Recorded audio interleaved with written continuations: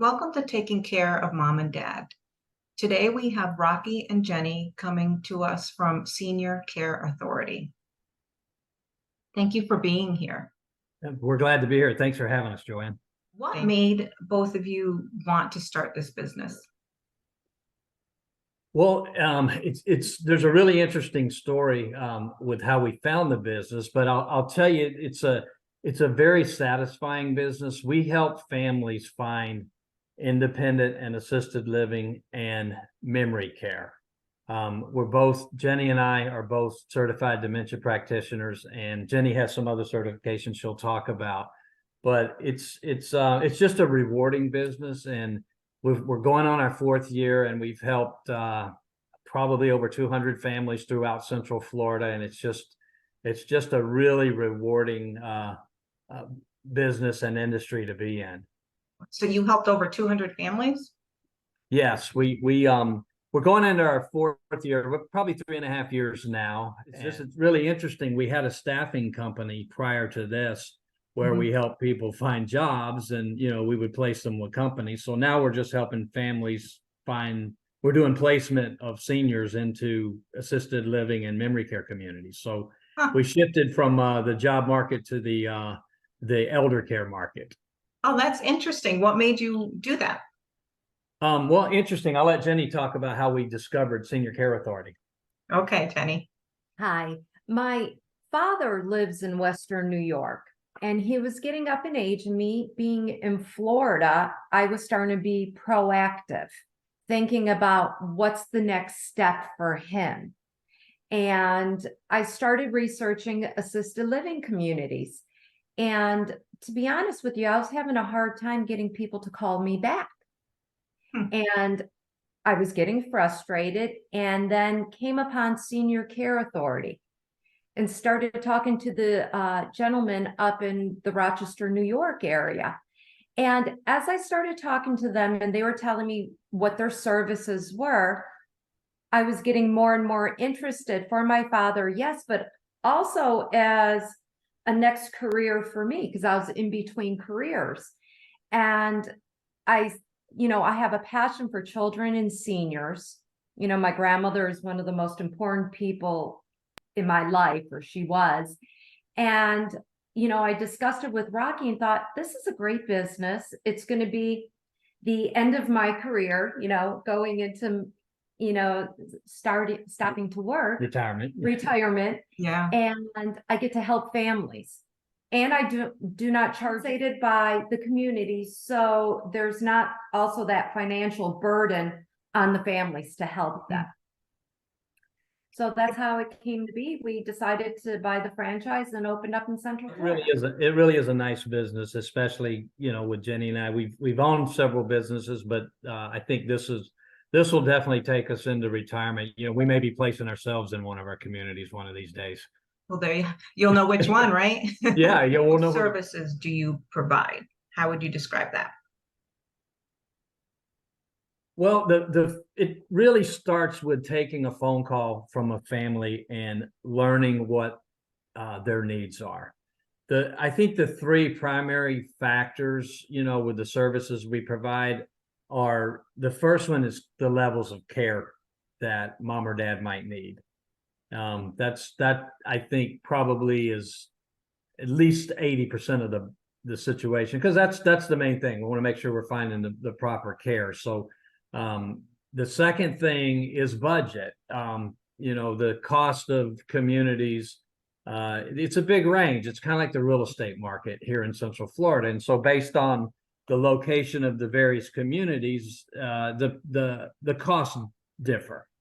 And then the third thing is location. A lot of times they want mom or dad to be in a community nearby so they can visit frequently and, keep an eye on things.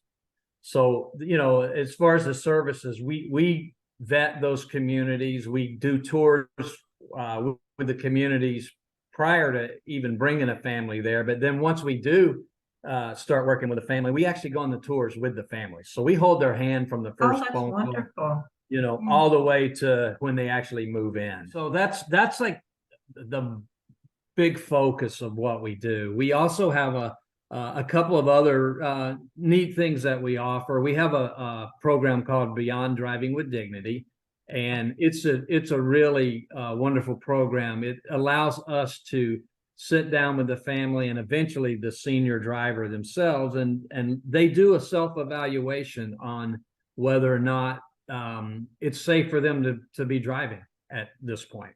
So that's been a real popular program. We also have a program, consulting program where we actually can work with families that are looking for like rehab or skilled nursing. That's a little different. That's in the consulting realm. So we do charge an hourly fee for those services. Okay. And then the final thing that we offer is we have an employee benefits program that we're offering to corporations throughout Central Florida that allows companies to offer our services to their employees. Okay. That's So a broad range, so it's not just one, if someone's looking for one simple area. With this, Jenny, I'm sure you feel like a lot of it, it's almost like you're a therapist for a lot of these families. You're holding their hand going through this process. Well, at times, when you start this process, you don't know where to turn. So I am your key point. Yeah. And from there, we start discussing what's going on, in a very casual way, tell me what's going on. So I get to really find out about mom, dad, or whomever your loved one is that is needing help. I'm there for those late night calls. I've had clients check in with me every week and tell me what happened. It's really difficult for spouses, especially when it comes to having to part, and place their loved ones somewhere, and they have a difficult time. So yeah, it kind of is therapy in a way. I do everything, to try and help them and to ease their conscience, because lots of times this is really hard for the caregiver. And that's who we worry about at times more than the resident, especially in memory care, because it's really taken a toll on the family member. And if I can alleviate some of that for them, that's fantastic. Yeah. And I can be objective also, where that's a great point. Yeah. This is mom or dad or your husband or wife, where I can come in and say, yes, but let's take a look at this, this, and this, and how it's going to benefit your loved one to be in a secure area where they cannot wander out of the house. You don't have to barricade the door at night when you go to sleep, or sleep with one eye open. There's so many situations, and every family is different in what they're going through. So I'm also very sympathetic, but objective. Right. And I can imagine that I'm sure there's a lot of families that have that guilt. And I think that's what causes them that hesitation. Absolutely. And then you're kind of the person that says, hey, this is what's going on and this is what you need. Yes, and that it's not going to get better. Sometimes I do have to tell them that when we're dealing with a resident that has a form of dementia, we do not see it getting better. So that's difficult for loved ones to realize that, because it's not the mom or dad they remember. Right. And I was just thinking too that you're the third part. It's not like you're the family member, and then it's sad to say a lot of family, we tend to because we're so involved in it that we're kind of blindsided. Maybe that's the right word to use. So to me, I would appreciate having that third party in there that is able to do, bounce some ideas off you, and you're able to explain everything and tell them what it's like. Find are the most important things to look for in a facility. Well, after I find out what the potential residents' needs are, that's the main thing, is care level. Okay. If they're needing more care, we have to find a community that can be able to handle the care needs that they need. There's different licenses in the state of Florida in assisted livings. There is a standard, there is an LNS, which is the limited nursing service, and there's an ECC, which is extended congregated care. So your loved one has to, you know, if they need a little bit more care, we might have to elevate to the next license. So there's communities that handle that, Okay. you know, because let's use an example of being a diabetic.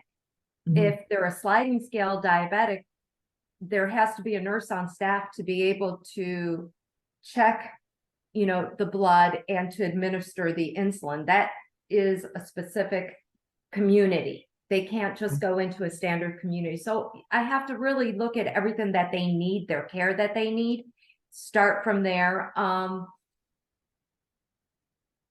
Money is also, you know, budget is so Right. important. I know Rocky touched upon it. That's also something that will dictate where we can and cannot go. I want families to feel easy. You know, you don't want to walk into a place that is so over your budget that you're almost uncomfortable. You know, that I understand that. And when you call a community, you do not know what you're walking into. You do not know if the community's starting fees are at the top of your budget or maybe at the lower end of your budget, where that's what I do for you. I make those Absolutely. calls. I already know. I check the availability. So I am saving you time in making those calls and waiting for calls back. I send you all the information that I have for you to take a look at what we're discussing, you know, so we know where your loved one's going to fall. And of course, I also look at a community citations. That's very important when I'm going to place somebody. Okay. We need to make sure that there's not any citations on the community that I'm placing you, because I'm only going to place a person where I would place my own loved one, where I would place my grandmother or grandfather. And I want everybody to know that I am just not going to say, here's one. Yeah. And I have one thing to add to that. Here's something that's extremely important: the food. Yes. It really is, because most of the communities and situations involve, you know, feeding 3 times a day, and the quality of the food is extremely important, because a lot of times a senior might be giving up their kitchen or, you know, Yeah. their normal process for eating. So we've had a lot of you know, people want to have dinner there as part of the tour or lunch, just so they can make sure they like the food there. It's funny the things that are very important to certain people. Yeah. And that's a big one. Jenny, going back to you were talking about that, you know, the prices and you know the place. So I can imagine that it becomes frustrating having to make it. You got a list of what, 5, 6 different places, and then we end up having to call these places, and then you're waiting for a call back, and you have this urgency, right? I mean, these families have this urgency. So you're like a gold mine for them because you already have all this information ahead of time. I hope so. That, like I said, I'm here to help. Yeah. And you're already contacted me in a very stressful situation. Yeah. You know, so I want to alleviate some of that. And we also have great referral partners. I have a wheel of service. There's things that Rocky and I do on our, you know, that we do with Senior Care Authority. But then I also have attorneys, financial planners, home health care companies that I can say, hey, you know, in the meantime, here's this. Oh, you do not have a power of attorney. Please reach out. Here are a couple of attorneys that I use in the area. So we want to be your one-stop shop, you know, for lack of better terms, to help you Yeah. with all of this. You know, these are tried and true referrals that we have used in the past that have come back to us. I know that, you know, the attorneys that we use, there's a good turnaround time, that they're affordable for the family, you know, that they might not need the whole package. They might just need a couple of things taken care of in addition to the will. Yeah. So, we pride ourselves on our community partners also and rely on them heavily. Yeah, and that's nice. So you have a community that's created that deals with anything that would come up, Yes, basically. in the senior space. Yeah. Can Yeah. you give me an example of something you notice that would make you stay clear of a place? Well, I do check their citations, like I said, on Florida State website. So it's ACA. And I do look for, I check that first. And sometimes there's some citations on there that might just be related to paperwork, something that was overlooked. I can see that. Where staffing's an issue also. Hmm. So I make sure that they are fully staffed, that they can handle the residents that I'm putting in. And that is one of my first questions that I do ask is, are you outsourcing at this point in time? Do you have enough staff that can handle this? What is your ratio of residents to help? May it be the CNA, the med techs, the activities director. So we find all this out for the families. And that's one thing that I do look at. Cleanliness, that's a big factor for, many families, and I go in at different times than the families do too. Sometimes I just, stop by and I see a resident, I stop, talk to them, I ask them how things are going. Because I want to know, even down the line after, we found you the right fit, that everything is working out. So I've had families reach out to me with, little issues here and there, and I'd be happy to address whomever I need to take care of that for them. So I stay with the families also, it's kind of Yeah. like they just rely on me, even if it's 1 or 2 years down the road. Sometimes the care, like if I put somebody in a standard assisted living facility, they need to then move to a higher level of care. So we help with that transition too. You brought out a lot of good points. Some of those questions I wouldn't even have thought to ask, like when you go in there and you look at a facility. And that's the reason we need you. Those are some great questions. Dad let's say they have dementia, and I want them to be safe. How do I know a place can handle that? Well, when we're dealing with memory care residents, they are always in a secured environment, which means that the doors are locked. There is no risk for elopement. And when I say the doors are locked, it's the front doors, not their room Right. doors or anything like that. And during the day, they can even go outside into courtyards. A lot of them have secured courtyards so they can still get the sun and their vitamin D and the fresh air. That's really important also. Again, we check the ratios, make sure that the community did not have an elopement risk, an elopement, because that also shows on citations. You don't want to lose somebody. I mean, that's No. kind of scary, and we need to know if mom or dad tends to want to wander or elope. So that's really important. Also, their activities. We want to make sure that mind, body, and soul is also addressed. So with the activities that they're doing, you have to make sure you're doing the correct activities for the individuals. Like they can still play Jeopardy and bingo. If you're in memory care, it's a different environment that you're putting them into, and that the loved ones everybody's in the same boat there. Yeah. So I say they make a best friend every day, because some with short-term memory, that is it. And there's all sorts of dementia programs that are offered in certain communities and that I'm aware of, Yeah. of what they do. There's certain communities that offer certain enrichment programs. Yeah.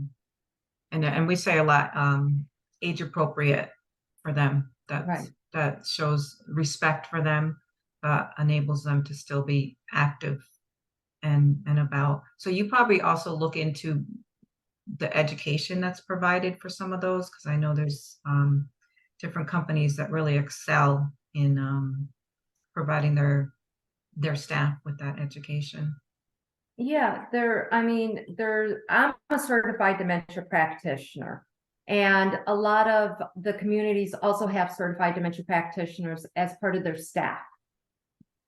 And they go through, and as Rocky and I do too, we go through additional education constantly because, there's different programs out there, Teepa Snow, some people follow her program.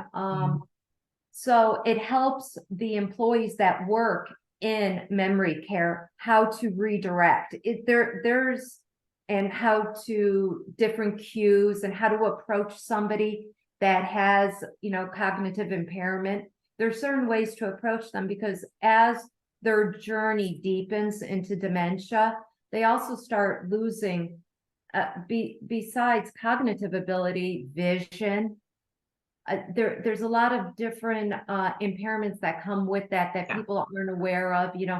The colors that they're attracted to, what they don't see any longer.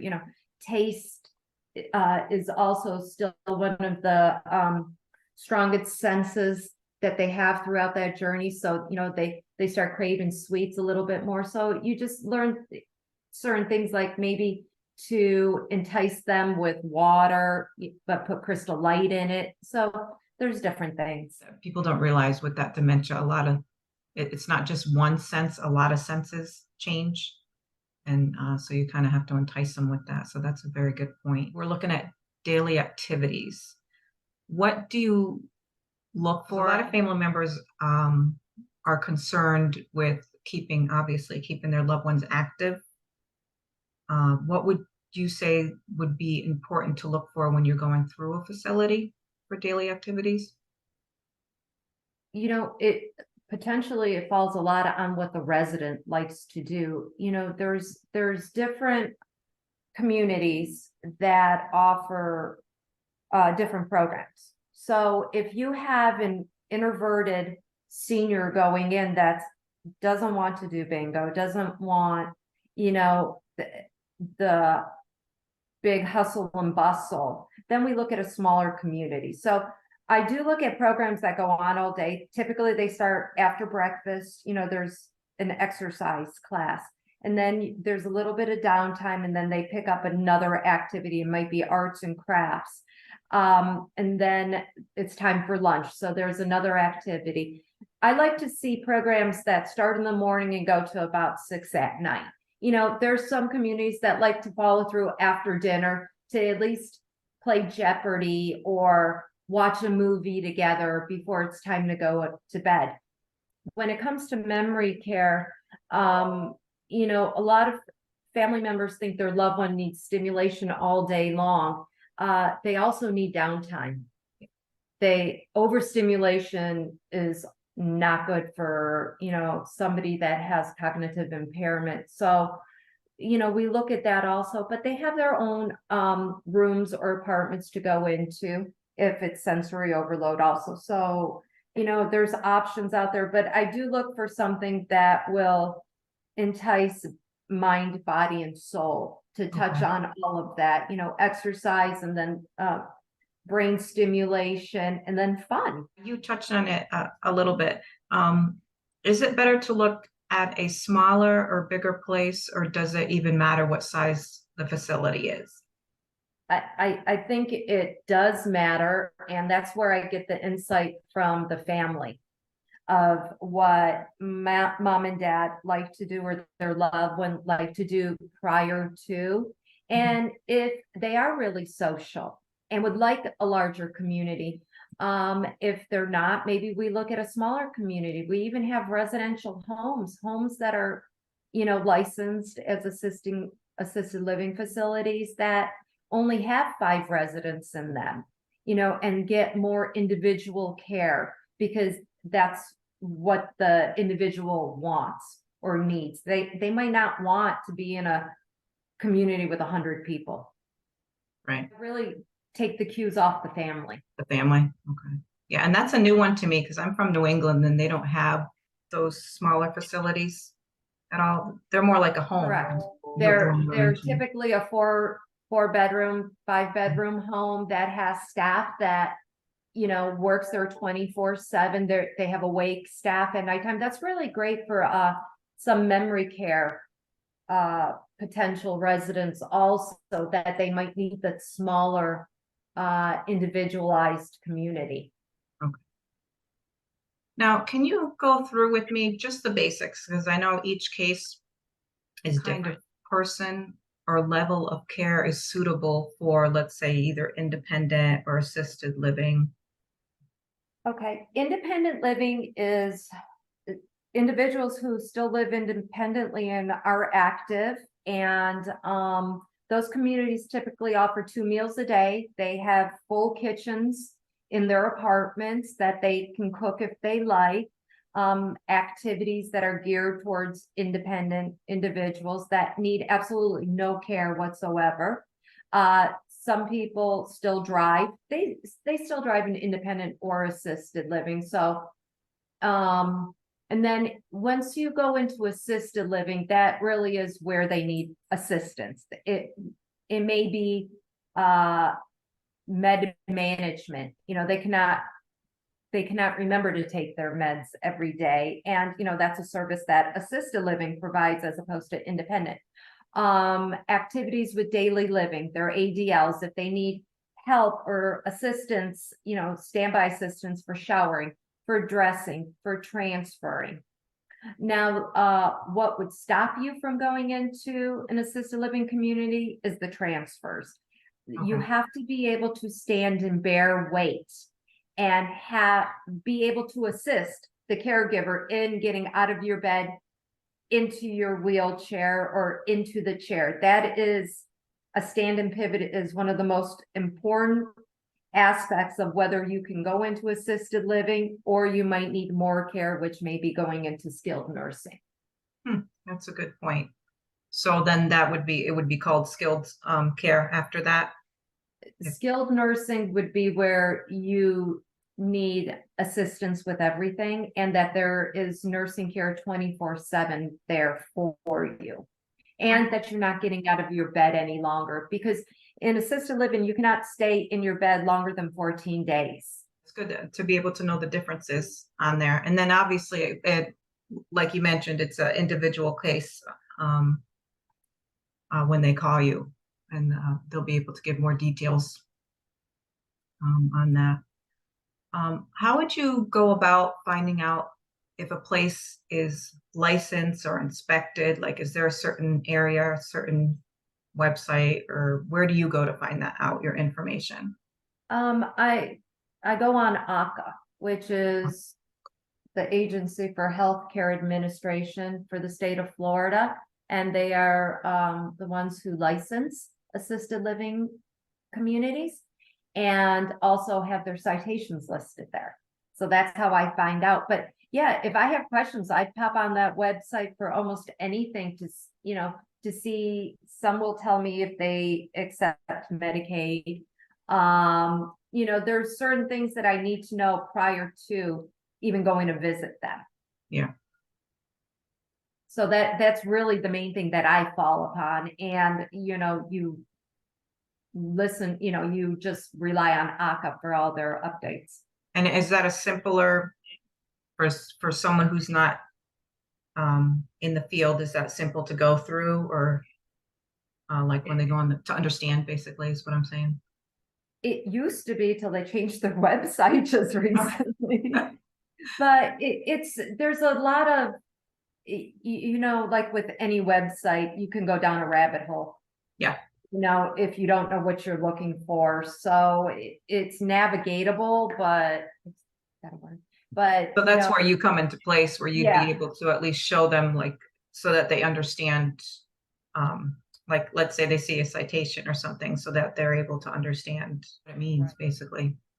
Yeah, and I go and I tour these communities prior to even using them, to even decide if I will use them. Mm, You know, because there's places that I have gone into that I don't feel comfortable placing a family. You know, Rocky and myself, it's our reputation. Right. And, my family's become a part of my family. I want to make sure that they're taken care of and that, all, everything is dotted and crossed, I want to make Yeah. sure it's the right place for them. I never want to move somebody for other than maybe it's time to transition to higher care. So it's like you feel like you're adopting them in as your family and you want them to have the best care possible. Absolutely. Many people worry about how to pay for this. What are their finance options out there? Can you just name a couple? Sure. Most are private pay. Long-term care insurance helps if mom and dad were proactive in that, that helps quite a bit. There's, different options out there. There's reverse mortgages. There's, cashing in their, life, what is it? Their life policies. Yeah. There's different things that they can do, but really most are private pay. Some do accept Medicaid, so if they do qualify for that threshold. There's also the VA that has aid in attendance. So that's in my initial conversation when I start talking to somebody, I do ask, did anybody serve during a time of war? Because now we're coming into Vietnam, like some of my residents are at that age, but World War II or the Korean conflict, we find out, do they serve? And then there's companies out there that can help them apply for aid in attendance, which is for the military, boots on the ground. There's certain qualifications that they have to meet, but they can get additional funding from the VA for that. And then there's state assistance, Medicaid, but you have to also qualify for that too. Yeah. So that's good to know some of the options. I just talked to a gentleman the other day that he helps with selling of the house. Like if a family is in need, he helps them with selling their house so that they're able to get the finances that they need to move forward if they need assisted living or independent living or whatever the option That's a is. good point. We do work with some senior realtors that their specialty is doing exactly that, helping Yeah. sell a home and maybe an estate sale that, can create the funding for assisted living or memory care communities. Yeah, because I think people forget there are creative ways, different avenues that they may have not thought of to be able to help their mom the way they want to be at the place that they want to be.